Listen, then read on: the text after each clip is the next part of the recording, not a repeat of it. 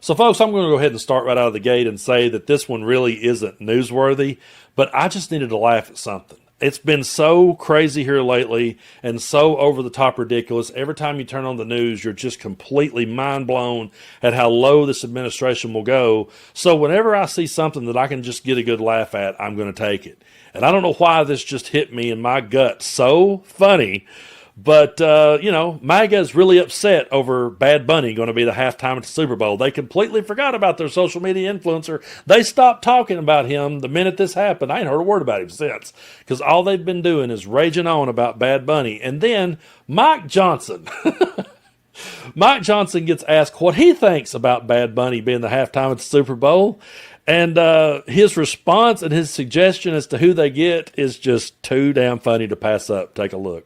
Any reaction to Bad Bunny being chosen as the Super Bowl halftime performance? I didn't even know who Bad Bunny was, okay. But it sounds like a terrible decision, in my view, from what I'm hearing.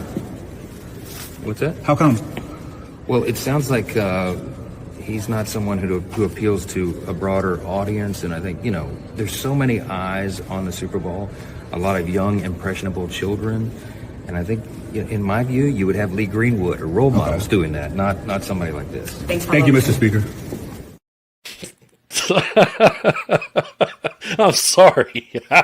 Lee Greenwood. Lee Greenwood is where he goes with that. He didn't even say Kid Rock. I mean, Kid Rock would have been bad. Don't get me wrong. Ted Nugent would have been horrible. But he could have said anybody but Lee Greenwood. That's his answer. That's the role model, the one-hit wonder that sells Trump Bibles. And sung one patriotic song in his life. God. It's so laughable. Of course he didn't know who Bad Bunny was. Of course he didn't. I'm sure. I would love to see Mike Johnson's playlist. I can't imagine what he would listen to. I saw one clip. I can't remember what podcast that J.D. Vance was on, but he was talking about how he listens to Led Zeppelin, and I just question that. For the life of me, I just can't picture J.D. Vance jamming out to Zeppelin. I really can't. He seems like he would be more of a... Well, I don't want to say because I don't really want to insult any musical group out there. I have too much respect. I mean, it definitely seems like he'd be more of a Jason Aldean kind of guy. More of a try that in a small town. That would probably get him going. Hey, kids, let me crank this one up for you. But, yeah, out of everything they could be mad about, out of all the serious issues that we face in this world every day, the government is shut down. It's not working for them. It's not been working for them since Donald Trump took office. It's just been tearing down everything that someone else put in place. And out of everything that they could have poked their head up out of the sand and got mad about, it's Bad Bunny. That's where they go with it. And I couldn't name you one of his songs either. I'm not going to sit here and tell you that, I listen and jam out to Bad Bunny all the time. I saw him on Wrestling with my boys and said, hey, boys, who's that? And they told me who he was. And I said, oh, okay, interesting, cool. I don't care one way or the other. I have really never watched the Super Bowl for the halftime show. I watch it more for the commercials than I do the halftime show. I've never really cared. It's been one of those things where, I'll be honest with you, 9 out of 10 times I probably didn't like it, if I'm just being honest. But when I think about all the issues we face as a nation, the Super Bowl halftime show is not one of them, and it's just October. It's just October and we're talking about this. So we're going to hear them be mad from now till January or February, whenever the hell it takes place. Shows you how much I know about football. I'm sure someone's shouting the date at the screen right now, thanks. But it's just so ridiculous to me. We're going to hear this, and then during it, I'll go ahead and say here on October 8th of 2025, we'll be talking about this in 2026. There'll be some crazy shit that they'll be saying then. Christy Nome will be, trying to find a place to poop to tell us about it. It's so ridiculous that at the end of the day, we're the adults in the room trying to have an adult conversation.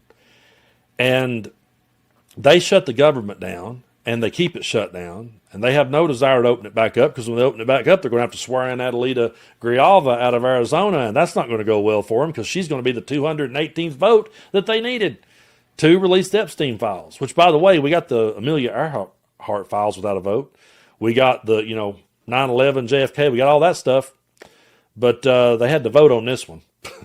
And they don't understand why that we call bullshit, and we see through the hypocrisy of all that. They don't see any of this.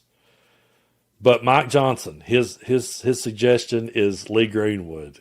It's just like, I could see him probably. That's probably his only song on his playlist, because he's too busy monitoring his son's porn. So he's just sitting there listening to God Bless the USA. Is that what it's called? I don't know. I hate that song. I do. And I'll be honest with you. I'm just not a big fan of like patriotic tunes like that.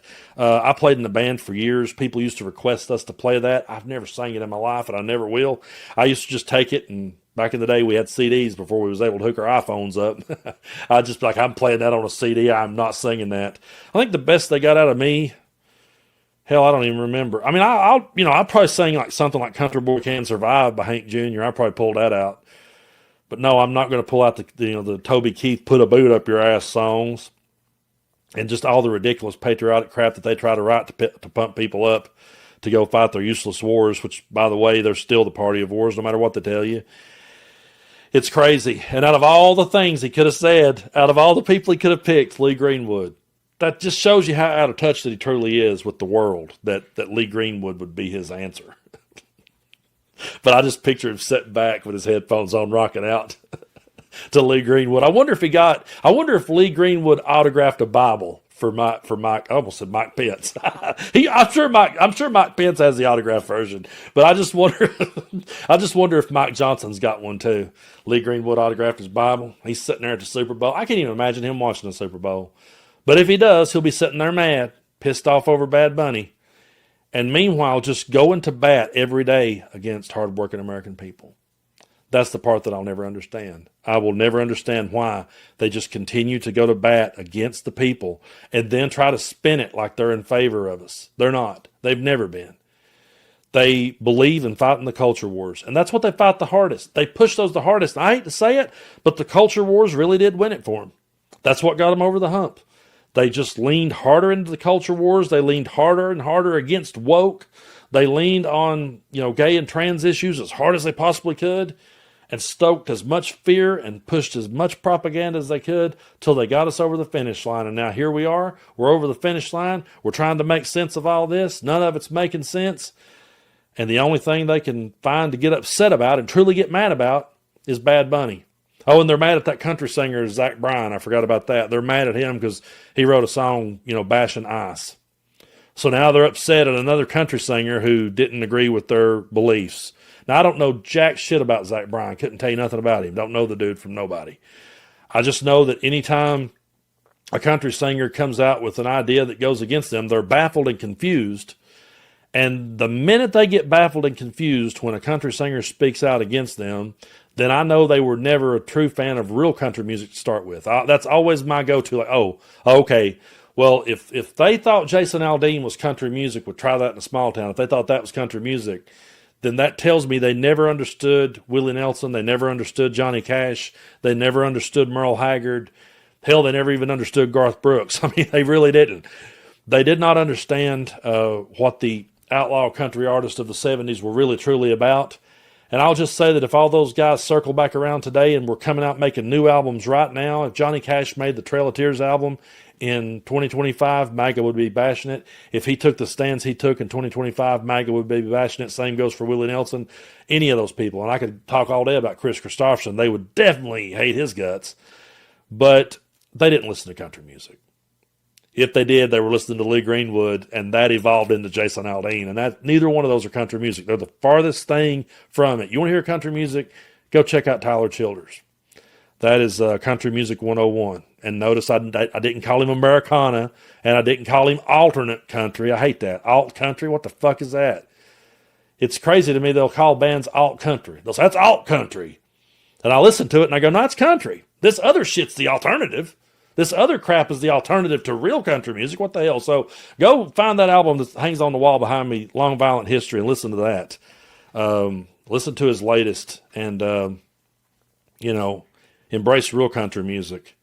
Lee Greenwood, that's the best you got? Man, I almost would, don't throw rocks at me, but I would almost I would almost like to just sit back and watch them watch Lee Greenwood at the Super Bowl, just for the comedic gold that it would be. Although at the same time it would be a cringe fest.